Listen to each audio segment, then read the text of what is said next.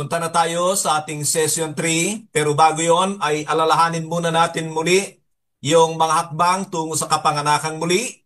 Number 1, believe in the Lord Jesus Christ. Number 2, repent from your sins. Number 3, be baptized with water. And number 4, receive the Holy Spirit. Yan ang dahilan kaya itong ating seminar ay BRBR. Pero kapag ka sa Tagalog naman ay sumampalataya sa Panginoong Hesukristo, magsisi, magpabautismo at tanggapin ang banal na Espiritu. Kaya sa Tagalog ay sumama tayo, be. Sumama tayo, be. At sana nga po ay talagang mapasama tayo sa mga tunay na ipinapanganak na muli. Balikan din natin yung mga hakbang sa bagong panganak na sanggol. Ito ay pagtapik, pagkatapos ay pagputol ng pusod, pangatlo ay paghuhugas nito o pagpapaligo nito, ang pang-apat ay pagdaramit nito, at ang panglima ay paglalagay nito sa dibdib ng kanyang ina. Ang pagtapik ay katumbas ng sumampalataya sa Panginoon. Ang pagputol ng pusod ay katumbas ng pagsisisi. Ang pagpapaligo ay katumbas ng bautismo. Ang pagdaramit ay katumbas ng pagtanggap ng banal na Espiritu. At ang paglalagay sa dibdib ng ina ay katumbas ng discipleship. Nais ko na rin sabihin, mga kapatid, na hindi po nagtatapos dito sa seminar na ito ang inyong mga gagawin. Pagkatapos po nito ay pumunta kayo sa inyong leader, sa inyong pastor, at dapat ninyong pag-aralan ang mga batas ng Panginoong Jesucristo, mga batas sa kanyang kaharian, mga provision ng New Covenant, at nakahanda na ang ating mga video tungkol sa bagay na yan, maging ang libro na 70 Utos ng Panginoong Jesucristo. Okay ba yun sa inyo? Walang mangyayari sa buhay nyo kapag kayo ay pinalagpas pa ninyo. Magiging masaya si Satanas pag hindi kayo nag-aral ng mga batas ni Kristo na sinabi niya, teaching them to obey all that I have commanded you. Punta na tayo dito sa ating session 3 at ito ang ikalawang hakbang, pagputol sa pusod ng sanggol na katumbas ng pagsisisi. So ang pamagat natin ay magsisi. Pag-uusapan natin ang halaga ng bagay na ito sa tunay na kapanganakang muli. Ang tanong ay, naniniwala ba kayo na ito'y mahalaga? Naniniwala ba kayo na ito'y pinakialaman ni Satanas sa pamamagitan ng mga bulaang mga ngaral o kaya mga tamad na tagapagturo? At ang una nating pag-uusapan ay ang kahalagahan ng tunay na ebanghelyo o tamang ebanghelyo. Ulitin ko, ang kahalagahan ng tamang ebanghelyo. Sa dulo ng ating nakaraang session ay binigyan ko na ito ng pansin. Napakinggan ninyo na ang ibang mabuting balita ay nagdadala ng tinatawag kong false converts. Samantala, ang tunay na ebanghelyo ay kapangyarihan ng Diyos para sa ikaliligtas ng mga tao. Pero lagi kong sinasabi na kinakailangan ay tumugon ang tao ng tama. At yan yung ating pinag-aaralan dito, believe, repent, be baptized. Nang sa gayon ay tumanggap siya ng banal na Espiritu para maging kumpleto ang kanyang kapanganakang muli. At isa sa mga palatandaan na ang ibinabahagi sa tao ay ibang mabuting balita kapag ka ito ay hindi nag-uudyok ng pagtalikod sa kasalanan o pagsisisi. Naniniwala ba kayo sa bagay na yan? Sapagkat ang pagsisisi ang dahilan para naman ang Diyos ay makagawa sa buhay natin. Bahagi po yon ng mahalagang tugon ng tao sa mabuting balita. Ang pangalawa nating pag-uusapan ay ang kahalagahan ng totoong pagsisisi. Kahalagahan ng totoong pagsisisi. Tandaan ninyo yung salitang totoo. At ipapakita ko yan sa inyo sapagkat marami ay emotional ang kanilang pagsisisi na naging dahilan naman para hindi sila talaga pinatawad ng Diyos. Ganito ang sabi ng Gawa 17:30 at 17:30. In the past, God overlooked such ignorance, but now He commands all people everywhere to repent. So diyan ay makikita natin na sa bagong tipan ay ipinag-uutos ng Diyos sa lahat ng tao na sila'y magsisi. Hindi na lamang ito para sa mga Hudyo. Kaya kung papansinin natin, lahat ng mga tagapangaral sa Israel at maging sa mga Hentil, lahat sila ay nangaral ng pagsisisi. Matatandaan nyo ba na si Juan Bautista sa Mateo 3:2 at ang Panginoon Jesucristo sa Mateo 4:17 ay pareho lang ang kanilang mensahe? From then on, John the Baptist, Jesus, preached, repent for the kingdom of heaven is near. At marami pa yan sa bagong tipan, sa Matthew, Mark, Luke, John. Pagdating naman sa panahon na dumating na ang banal na Espiritu, si Pedro na leader ng church sa Jerusalem ay nangaral. Ginawa niya ang unang pangangaral tungkol sa mabuting balita ng ang Panginoon Jesucristo ay umakyat na sa langit. At dahil doon, ang mga tao ay nabagbag sa kanilang mga kalooban at nagtanong sapagkat sila'y naniwala sa sinabi ni Pedro. Nagtanong sila kung ano ang kanilang gagawin at ang sabi ni Pedro ay repent and be baptized for the forgiveness of your sins and that you may receive the gift, the Holy Spirit. So kahit sumampalataya na ang isang tao, ay kailangan talagang kalakip nito ang pagsisisi at pagpapabautismo nang sa gayon ay tumanggap siya ng banal na Espiritu. Yun ang mahalaga dito sa ating ginagawa sapagkat pwede natin pikehin ang ating pagsisisi, pwede tayong magpabautismo, na parang tanda na tayo'y sumasampalataya talaga. Subalit, kapag ka nakita ng Diyos ang ating mga puso na hindi talaga totoo, sapagkat maaari ang gawin ng mga relihiyosong tao ay hindi niya ipagkakaloob ang banal na Espiritu, kaya makikita nyo may problema ang mga taong ito na makikita sa kanilang pamumuhay kalaunan. Samantala, basahin ko naman ang ipinapangaral ni Apostol Pablo na sinabi niya sa Gawa 20:21. I have declared to both Jews and Greeks that they must turn to God in repentance and have faith in the Lord Jesus Christ. Diyan ay makikita natin na lahat ng mga tagapangaral ng New Testament ay laging kalakip ang pagsisisi o pagpapakita na ang tao ay kailangan tumalikod sa kanilang mga kasalanan. At kung babalikan ninyo ang ilan sa mga sinabi ng Panginoon sa Lucas 13:2-5, basahin ko po. Do you think that these Galileans were worse sinners than all the other Galileans because they suffered this way? I tell you, no. But unless you repent, you too will all perish. Or these 18 died when the tower in Siloam fell on them.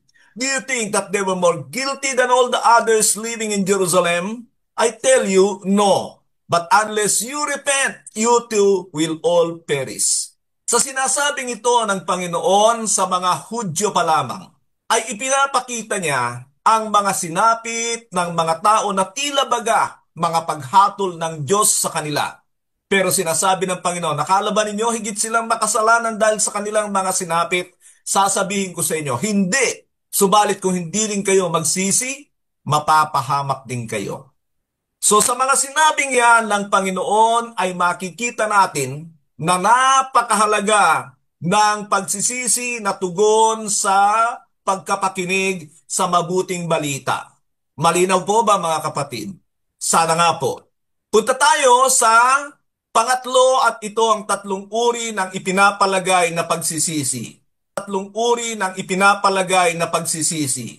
Marahil ito ang dahilan na inaakala ng tao na siya ay nagsisi na at gayon din naman yung mga mangangaral kapag ka sila ay nagpapakita ng mga katulad nito. So ano ang tatlong uri ng ipinapalagay na pagsisisi? Sa English ito. Number 1, regret. Number 2, remorse. Number 3, repent. Ulitin ko, regret, remorse, and repent. Regret is panghihinayang sa nawala sa iyo dahil sa iyong ginawa o sa masama o hindi tamang desisyon. It is a harm to self. Nagawa mo ito laban sa iyong sarili, kaya ka nagsisisi. Pero ang totoo, hindi yan ang hanap ng Panginoon. Consequence lang yan ng iyong desisyon o ginawa. Sino ang mga ipinapakita ng ganitong uri ng pagsisisi?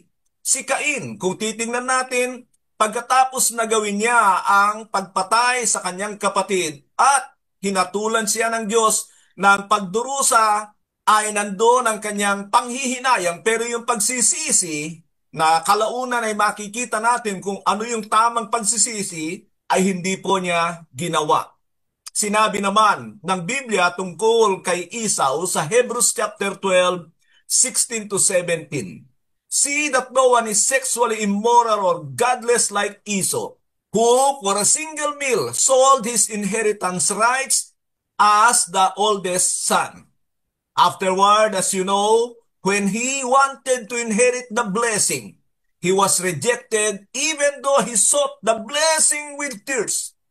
He could not change what he had done. Diyan ay makikita natin ang isang bagay tungkol kay Esau. Kung titingnan nyo talaga sa atin sa Tagalog, talagang ito ay nagsisi.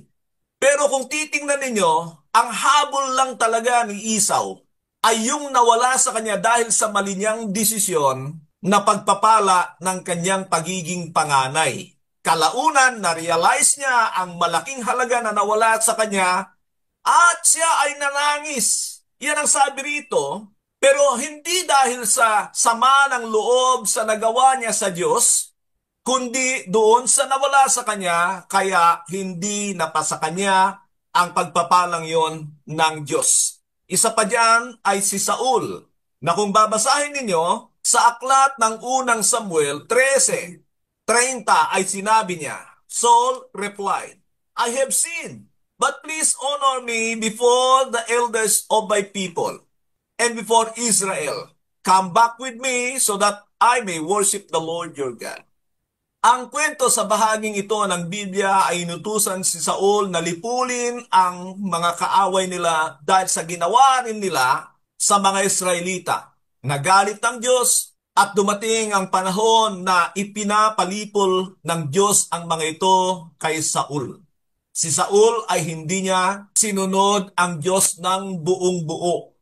At dahil doon ay nireject na siya ng Diyos bilang hari ng Israel.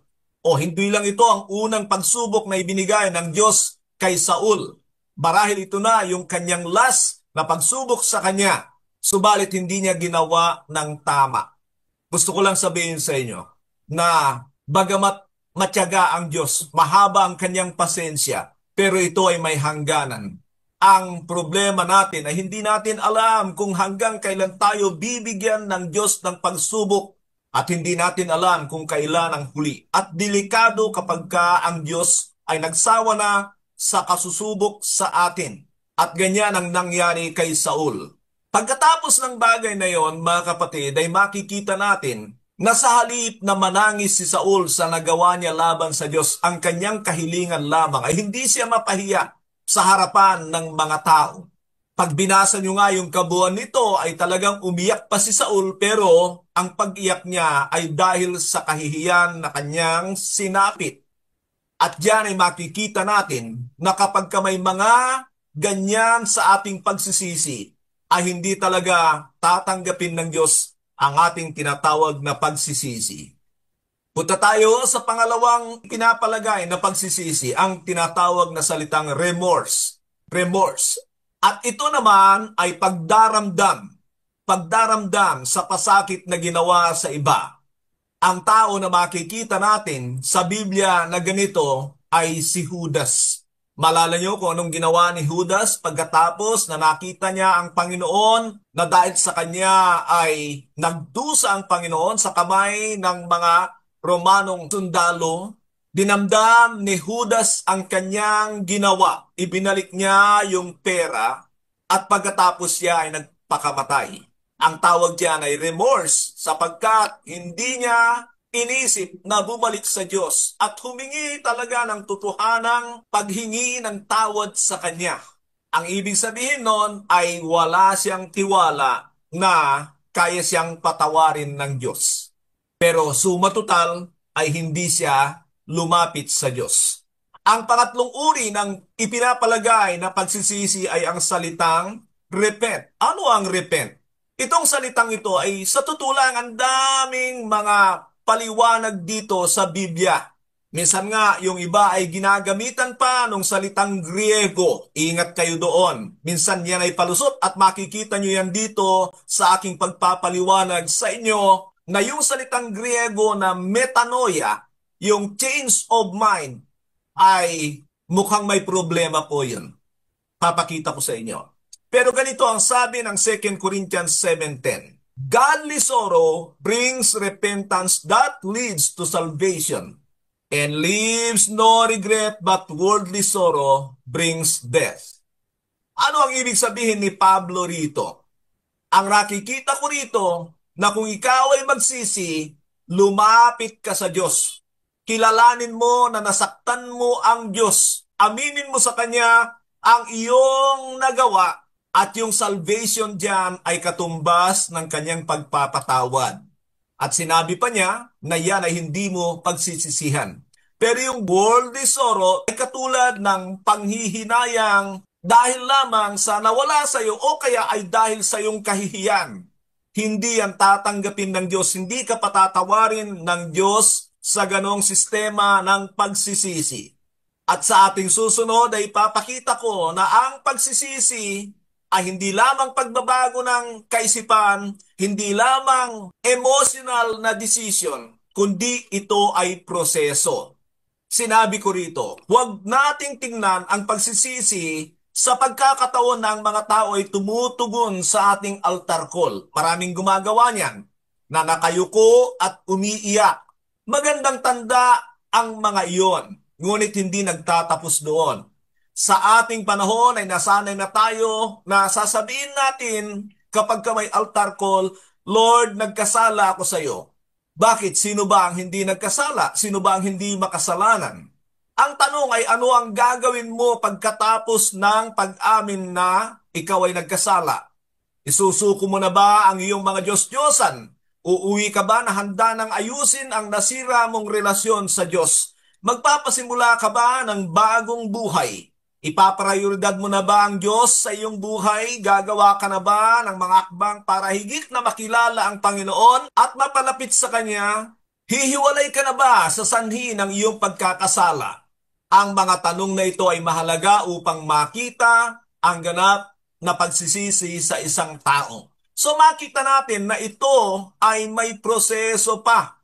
Mamaya ay papakita ko yan sa inyo sa pamamagitan ng 7 churches sa aklat ng Revelation chapter 2 and chapter 3. At maalala ko nga yung sinabi ni John the Baptist sa mga tila nagpapakita ng pagsisisi sa Matthew 3:8 na sinabihan sila, produce fruit in keeping with repentance. Magpakita kayo ng palatandaan na kayo nga ay nagsisisi.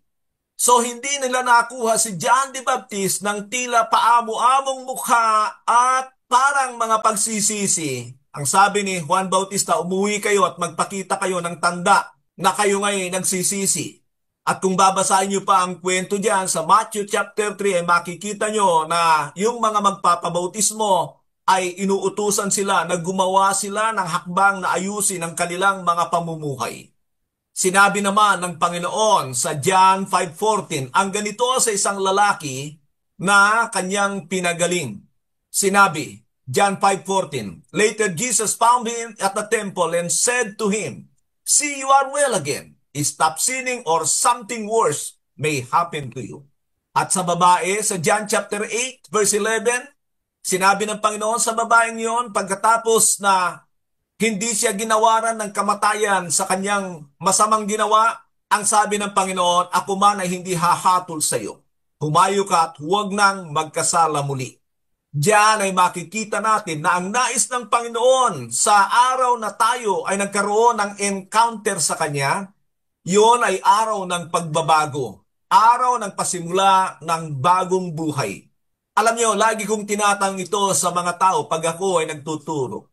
Sino rito ang handang mamatay para sa Panginoon? at ang bibilis ng kamay ng mga tao na magtaas. Yun ay ginagawa ko sapagkat ang totoo sa emotional peak natin. Handa tayong mamatay pero hindi yun ang challenge natin. Pagkatapos magkaroon tayo ng encounter sa Panginoon, ang challenge natin ay handa ka na bang mabuhay para sa Panginoon? O ayan ha, at kung yan ay itatanong ko sa iyo ngayon, ano kaya ang sagot mo? Handa ka na bang mabuhay para sa Panginoon? Nais kong sabihin sa iyo na handa na rin ang Diyos na tulungan ka sa pamamagitan ng kanyang biyaya kung handa kang mabuhay para sa Kanya. Punta tayo dito sa mga mahalagang sangkap ng pagsisisi. Itong ating panglima, mga mahalagang sangkap ng pagsisisi. Sabihin ko muna ito. Ang kalimitang ginagawa sa ating panahon ay pangkalahatan ng pag-amin, general confession. Halimbawa, sa sinner's prayer ay ipinapasunod sa kanila ang ganito, I admit that I am a sinner. O kaya ay I admit that I have sinned against you. Ang tanong ay anong kasalanan ang mga kasalanan na inaamin natin? So minsan ay very general yung ating confession. Pero makikita nyo kalaunan ay nawawalan ng saysay sapagkat ang totoo, karamihan diyan ay mga emotional lamang. Kaya nga't ang mahalaga dito sa sinasabi ko ay yung hakbang na yung gagawin pagkatapos na masasabi mo na nagkaroon ka ng encounter sa Panginoon. So ito yung mga ilan sa mga nakita ko na ginawa ng mga tao na totoong nagsisi. Mga ginawa nila pagkatapos. Number 1, isuko ang anumang Diyos-Diyosan ng buhay. At yan ay nakita ko kay Sakeo. Alam natin ang kanyang kwento sa Lucas 19 na matagal na may kauhawan sa Panginoon dahil hindi na siya nakakapunta sa templo. Bakit? Kasi dinadaya niya ang kanyang mga kababayan, nagpapagamit siya sa gobyerno ng Roma at yun ay pinakikinabangan niya. Ganito po yan para maunawaan nyo kung bakit ito ay nagamit para sa pagpapayaman ni Sakeo. Ang unawa ko sa kanyang kalalagayan, pag siya ay nakapaningil ng kota sa araw, ang lahat ng sobra ay kanya na. Yun ay para maging masipag siya. Dahil doon ay sinosobrahan ni Sakeo marahil ang paniningil sa kanyang mga kababayan na siyempre magagalit sila at siya ay yumayaman. Pero dumating siya sa punto na yung kanyang kayamanan ay hindi na ibibigay ang kapayapaan sa loob ng puso, lalo na mabalitaan niya na yung dati niyang tauhan na si Mateo ay mula nung tawagin ng Panginoon ay hindi na bumalik doon sa collector's booth, yung paningilan ng buwis. At nababalitaan nga niya na si Mateo ay tagasunod na ng Panginoon. Kaya naman itong si Sakeo ay inaasam niya na sana ang Panginoon ay mapadaan naman sa Jericho sapagkat doon siya nagtatrabaho. At dumating nga ang puntong yan. Nais ko sabihin sa inyo ito. Lahat ng may kauhawan sa puso sa Diyos, katatagpuin niya ng Diyos. Hindi mo mabibigyan ng limitasyon ng Panginoon pagdating sa ang tao'y naghanap ng katotohanan. Tutugunin yan ng Panginoon sa kanyang sariling paraan. So ang Panginoon ay dumating sa Jericho. Pinagkakalipunpunan siya ng napakaraming tao. At ito'y napakinggan o nabalita ni Sakeo na noon ay nakaupo sa kanyang opisina marahil. At dahil sa kanyang kalalagayan bilang pandak na tao at sa galit ng tao, walang tumutulong sa kanya. So ang ginawa niya ay nagpatiuna siya doon sa alam niyang dadaanan ng Panginoon. Umakyat siya sa sikamoro. Mahirap yung kanyang ginawa. Dahil alam natin ang mga damit ng mga Hudyo ay parang mga abito na kung akyat ka sa puno ay napakahirap. Pero ginawa niya ito alang-alang sa kanyang kauhawan sa Panginoon. At dahil naman doon, nakita ito ng Panginoon, hindi niya alintana ang napakarami na parang ginagawa lang siyang superstar. Ang higit siyang interesado ay doon sa tao na umakyat sa puno. At sabi nga sa Biblia, nung siya mapatapat doon, Zacchaeus, come down immediately for I must come into your house today. Sa excitement ni Zacchaeus, para siyang naging si Superman. Ano ang ibig ko sabihin? Tila siya ay lumipad pababa para tanggapin ng Panginoon sa kanyang bahay. At pagkatapos nung dumating sila doon, ay nagpaluto si Zacchaeus, kumain sila. At nung matapos kumain, ay naglabas si Zacchaeus ng sako. Para ano? Hindi para hingian ng Panginoon. Sabi niya sa Panginoon, basahin niyo yung kwento. Look, Lord, here I give half of my possessions to the poor. And if I have cheated anybody else, I will return it 4 times. So anong ibig sabihin yan? Isinusuko ni Zacchaeus ang kanyang Diyos-Diyosan. At kung meron pa siyang nadaya, ay ibabalik niya. Dahil sa bagay na yan, namangha talaga ang Panginoon. Ano ang sinabi niya sa mga tao? Today salvation has come into this house, for this man too is a son of Abraham. Bakit? Kasi meron siyang pananampalataya na may kalakip na aksyon ng pagsisisi. At parang nakikita ko, Zacchaeus, totoo ba itong ginagawa mo? Kung magkiklaim ang mga tao sa mga dinaya mo, ubos ang iyong kayamanan. At para kong naririnig, Lord, mas nanaisin ko pa na lahat ay mawala na sa akin. Huwag lang ikaw ang mawala sa akin. Hindi siya katulad nung hinamon ng Panginoon na mayaman sa Matthew 19. Na nagsabihan ng Panginoon, go sell your possessions, give it to the poor, and then come and follow me, ay nalungkot siya sapagkat hindi niya kayang isuko ang kanyang Diyos-Diyosan sa Panginoon. Nung bang tinanggap mo ang Panginoon, isinuko mo ba yung mga Diyos-Diyosan mo sa Kanya o tinanggap mo lang ang Panginoon dahil sa pag-aakala na pakikinabangan mo lang siya? Yun ang problema ng ating dinatnan dito sa mundo sa ating kapanahunan. Ang pangalawa natin, ay lisanin ang masamang buhay. Kanina, ibinigay ko sa inyo yung babaeng Samaritana sa John chapter 8 na nahuli sa kanyang pangangalo niya. Dahil doon ay tinangka siyang batuhin ng mga tao sa pamamagitan ng kapahintulutan ng Panginoong Kristo. Subalit sinabihan ng Panginoon ng mga tao, ang unang bumato ay ang hindi nagkasala. At dahil doon ay unti-unting nangawala yung mga tao na nag-aakusa sa kanya. Pagkatapos noon ay bumaling ang Panginoon sa babaeng ito at tinanong siya, does no man condemn you? At ang sagot niya ay, no one, sir. At sinabihan nga siya ng Panginoon, go and live your life of sin. Humayo ka at iwanan na ang iyong buhay ng pagkakasala. Yan ang true gospel. Full gospel. Hindi ka niya kokondinahin, pero hindi ka rin niya hahayaan sa pagkakasala. Nakukuha niyo? Hindi ka kokondinahin sa iyong pagkakasala sa ngayon, pero hindi ka rin niya hahayaan na magpatuloy sa kasalanan. Maalala ko rin dito yung kwento ng babaeng Samaritana sa John chapter 4, na kung saan malamang sa udyok ng banal na espiritu ang Panginoon na hindi dumadaan diyan sa Samaria. Sa pagkakataong yan ay dumaan at hindi siya makukwestiyon ng kanyang mga alagad. Pero yun ay sa katanghaliang tapat.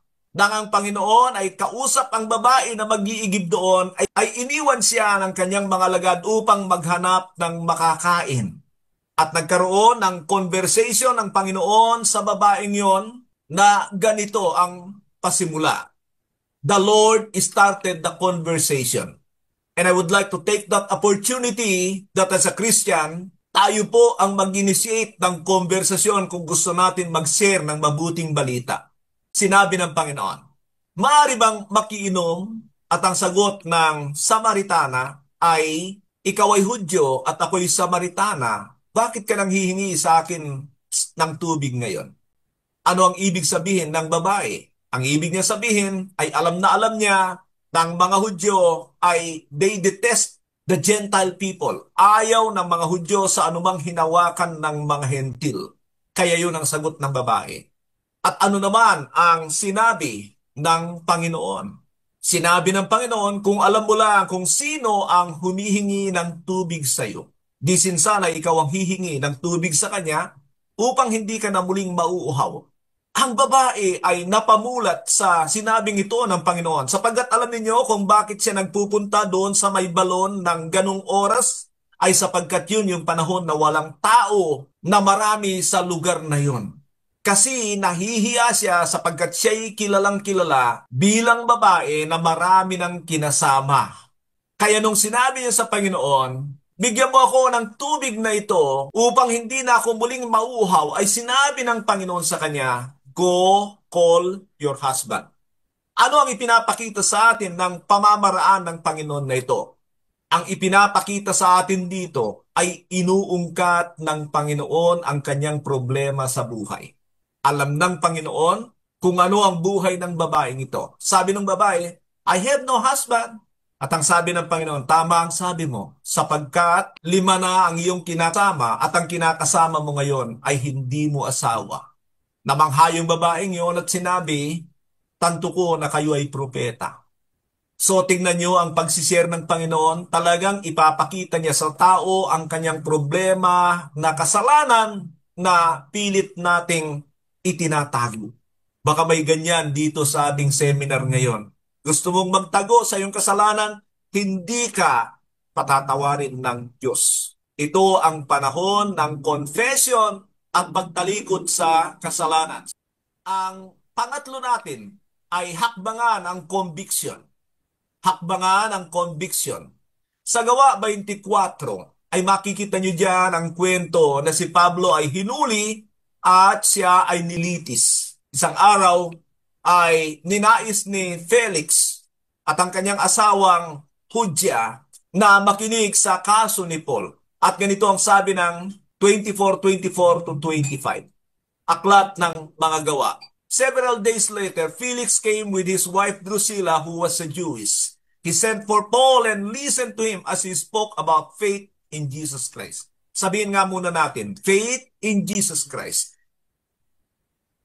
Verse 25. As Paul talked about righteousness, self-control, and judgment to come, Felix was afraid and said, that's enough for now.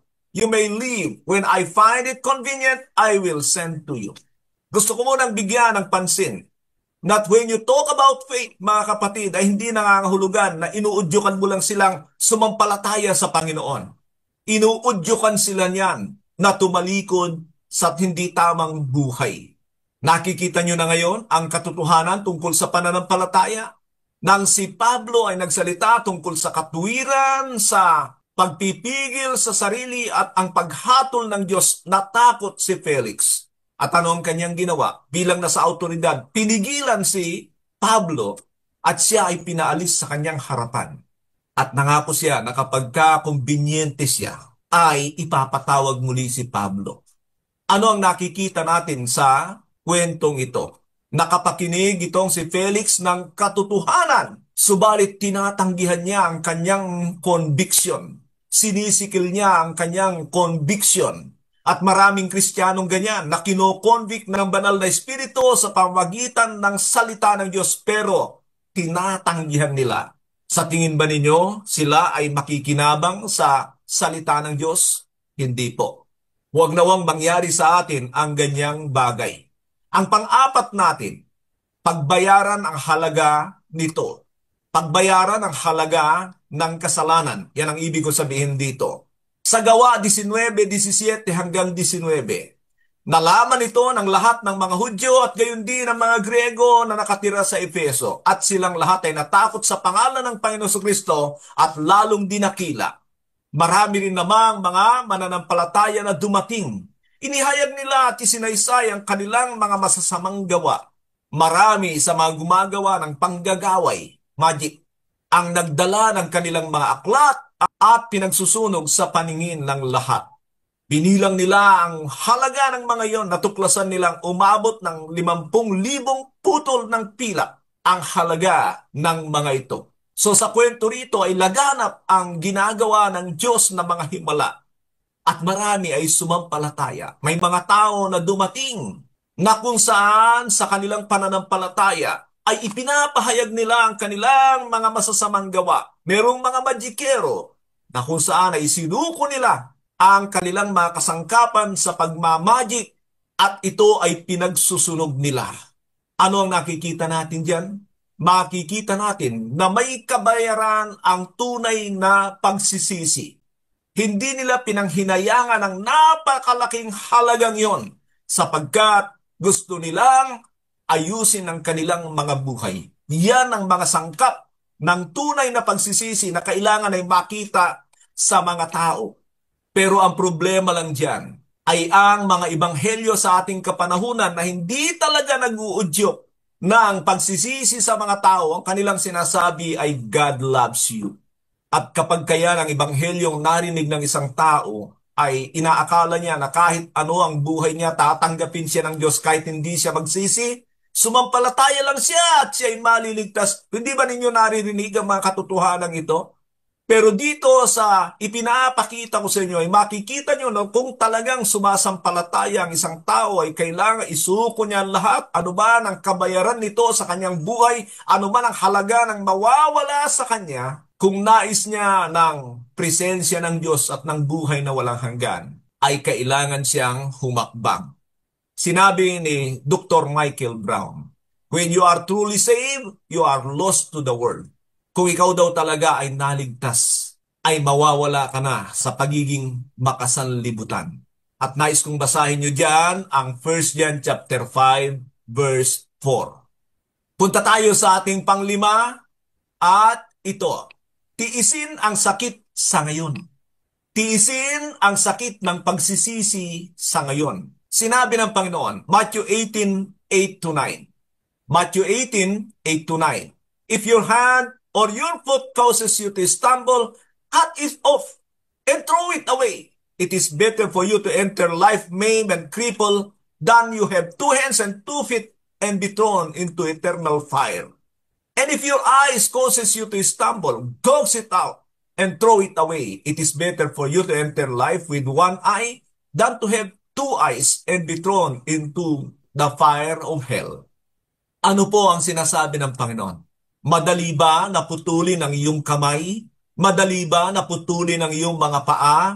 Madali ba na dukitin ang mata? Hindi po. Pero ipinapakita ng Panginoon ang nagagawa ng kasalanan at kung hindi mo tiisin ang kabayaran nito, hindi ka makakaalis sa kasalanan. Hindi ka makakapagsisi ng nais ng Diyos. At alam niyo, ito ay nagpapakita na walang katumbas ang magiging bunga ng hindi pagsisisi sa kasalanan. Ulitin ko po yon. Sinasabi ko na walang magiging katumbas na pasakit ang magiging bunga ng hindi totoong pagsisisi sa ating mga kasalanan. Sinabi rin ng isa pa, repentance is not when you cry, but when you change. Alam nyo, marami akong narinig na ganito ang sabi nila sa repentance. Repentance in Greek is metanoia, change of mind. Yun daw ang hinihingi ng Diyos kapag ikaw ay sumasampalataya sa Panginoon at nagnanais maligtas. Mga kapatid, ingat kayo dyan sa metanoia na yan. Alam nyo, minsan maraming gumagamit ng Greek na salita para lamang takasan ang katotohanan. Bakit ko sinasabi ito? Bawat salita na nasa Biblia ay bibigyan kanya ng halimbawa para makita mo ang pakahulugan ng Diyos. Pero ang mundong ito, pag ginamit mo yung metanoia niya, change of mind, pwede yang dayain. Pero katulad ng ipinangako ko na mamaya makikita nyo ang 7 churches, hindi sinasabi ng Panginoon sa kanila ang ibig sabihin ng mga taong ito na metanoia, change of mind. Every time na sinasabi sa mga taong yun, repent, ay sinasabi rin ng Panginoon na meron silang action na gagawin. At yun ang hinihintay ng Diyos. Malinaw ba mga kapatid? Sana nga po ay tanggap natin ang mga katotohanan ito. Ang susunod nating pag-uusapan ay, ang pagsisisi ba ay mula sa Diyos o mula sa tao? Una ay may mga katuruan tungkol sa ang kaligtasan ay mula lamang sa Diyos. Wala tayong magagawa kung tayo ay hindi pinili ng Diyos. Pag tinanong mo sila kung gayon, ang Diyos ay nagtatangi, hindi ko alam kung paano nila ipapaliwanag, pero malinaw sa katuruan ng predestination na may mga pinili na ang Diyos. Kaya yung mga pinili ng Diyos ay bibigyan niya ng pananampalataya at bibigyan niya ng pagsisisi. O yan ang sabi nila. Ibig sabihin, kaya sila nakapagsisi, kaya sila sumampalataya, ay dahil binigyan sila ng Diyos. Ang problema ito, kayo na mga nakikinig ngayon, Masasabi ba ninyo na kayo hindi sumampalataya? Masasabi ba ninyo na hindi kayo nagsisi? Siyempre sasabihin nyo hindi. Pero sasabihin ng mga taong ito, hindi kayo predestined. Una, gusto ko munang bigyan ng pansin yung salitang predestined. Ang salitang predestined sa Biblia ay 4 na beses lamang nagamit. At sa 2 dako lamang. 2 dako lamang. Yan ay matatagpuan sa Aklat ng Roma, Kabanata 8, talatang 29 at 30. Alam ko marami hindi nakakaalam dyan. Alam na alam yung Romans 8:28 pero yung 29:30 ay hindi nila alam. Ang pangalawa ay masusumpungan sa Efeso, Kabanata 1. Ngayon, kung 4 na beses lang ginamit yan sa Biblia, at kung titingnan nyo ngayon, ay makikita nyo na we are predestined not to have eternal life, not to go to heaven, but we are predestined to become Christ-like. Bawat nabuborn again ay itinakda ng Diyos na maging katulad ng Panginoon. Process yung bagay na yan. Hindi sila itinakda, ipredestined ng Diyos para sa langit at eternal life. Magkakaroon sila ng eternal life at makakapunta sa langit kapag natupad sa kanila ang goal ng ating Kristyanismo to become like Christ. At nais kong sabihin sa inyo na once na naborn again ang tao, i-equip siya at bibigyan siya ng Diyos ng lahat ng kanyang pangangailangan bilang tulong para sa goal na yan na maging katulad ni Kristo. 2 Peter 1:3 at nandiyan yan sa Ephesians 1:3 na kung saan yung mga salitang predestined ay makikita sa verses 4 and 5 ng Ephesians chapter 1. Gusto ko lang sabihin sa inyo na kung hindi kayo maging aware, ay ang dami talagang mandaraya sa mundong ito. So ang tanong natin ay ang pagsisisi ba ay galing sa Diyos o galing sa tao? Ito ang sinabi ko rito. Sa Biblia, ang salitang pagsisisi sa tuwina ay sinasabi sa individual o grupo ng mga tao na halos sa anyong pautos. Nangangahulugan na ipinapagawa ito sa tao. Nabanggit ko yung mga gawa 17:30 na inuutos ito ng Diyos sa ating lahat. At dahil ito ay inuutos, ay may karapatan at makatarungan na pananagutin ng Diyos ang mga hindi nagsisisi. Makikita natin sa Biblia na ang Diyos ay ilang beses din ipinapakita na umaasam na ang mga tao ay magsisi at siya naghihintay na magsisi ang mga tao sa kanilang mga kasalanan. Nangangahulugan na ito ay galing sa tao. At ganito nga ang sinabi sa mga ilang talata. 2 Peter 3:9. The Lord is not slow in keeping His promise as some understand slowness. Instead, He is patient with you, not wanting anyone to perish, but everyone to come to repentance. O kung ang Diyos ang may kagagawan, di sana ay siya na lang ang gagawa para ang tao talagang magsisi at para maligtas. Ganito rin ang sinabi ng Matthew 11:20-21. When Jesus began to denounce the towns in which most of His miracles had been performed because they did not repent, woe to you, Chorazin! Woe to you, Bethsaida! For if the miracles that were performed in you had been performed in Tyre and Sidon, they would have repented long ago in sackcloth and ashes. Diyan ay makikita natin ang longing ng Panginoon na ang tao ay dapat magsisi. Mga kapatid, hindi ko itatago itong talatang ito. Sa Acts 11:18, ganito ang sinabi. Acts 11:18, when they heard this, they had no further objections and praised God, saying, so then even to the Gentiles, God has granted repentance that leads to life. Totoo ba ito? Na ang Diyos ang nagbibigay ng pagsisisi? Totoo po yan.